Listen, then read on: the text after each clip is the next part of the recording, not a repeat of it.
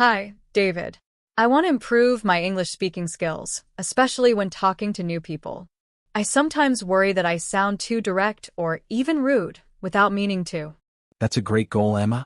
Speaking politely and formally in English is important, especially in professional or social situations. Let's go over some key ways to make your English more polite and formal. That would be great. Where should we start? Let's begin with the basics: politeness in greetings and introductions. When meeting someone new or speaking in a formal situation, it's best to use polite greetings. Here are some examples. Hello, how are you? Instead of, hey, what's up? Good morning, afternoon, evening. It's a pleasure to meet you. For formal introductions, how do you do? A very formal greeting, usually in professional settings.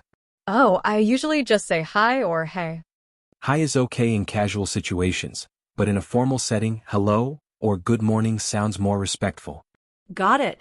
What about when I need to introduce myself? You can say, my name is Emma. It's nice to meet you. I don't think we've met before. My name is Emma. May I introduce myself? I'm Emma. Those sound very polite. I'll practice them.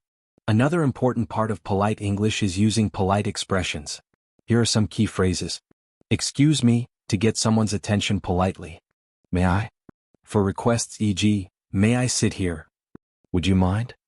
For polite requests, e.g., would you mind helping me? I would appreciate it if. A more formal way to request something. Instead of saying, give me a glass of water, I should say, could you please give me a glass of water? Exactly. Adding please and could you makes it sound much more polite. That makes sense. In English, the way you ask for things matters a lot. Here are some polite ways to make requests. Could you please, e.g., could you please send me the report? Would it be possible to? E.g., would it be possible to schedule a meeting? I was wondering if you could, e.g., I was wondering if you could help me. These sound much softer and more respectful. Exactly. Being indirect often makes requests sound more polite. Sometimes I struggle with saying no politely. How can I refuse something without sounding rude? Great question. Here are some polite ways to say no. I'm afraid I can't. I'm sorry, but I won't be able to. I appreciate the offer, but I have to decline. Unfortunately, I won't be available. So instead of saying, I can't come, I should say, I'm sorry, but I won't be able to come. Yes. Adding a little extra makes it sound more respectful. In formal emails or messages, politeness is crucial. Here are some useful phrases. Starting an email. Dear Mr. Smith. For formal emails, I hope you are doing well. Making a request. I would appreciate it if you could. Could you kindly?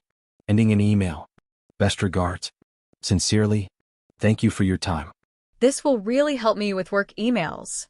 When sharing opinions, it's good to be polite. Instead of saying you're wrong, try. I see your point, but I think that's an interesting perspective.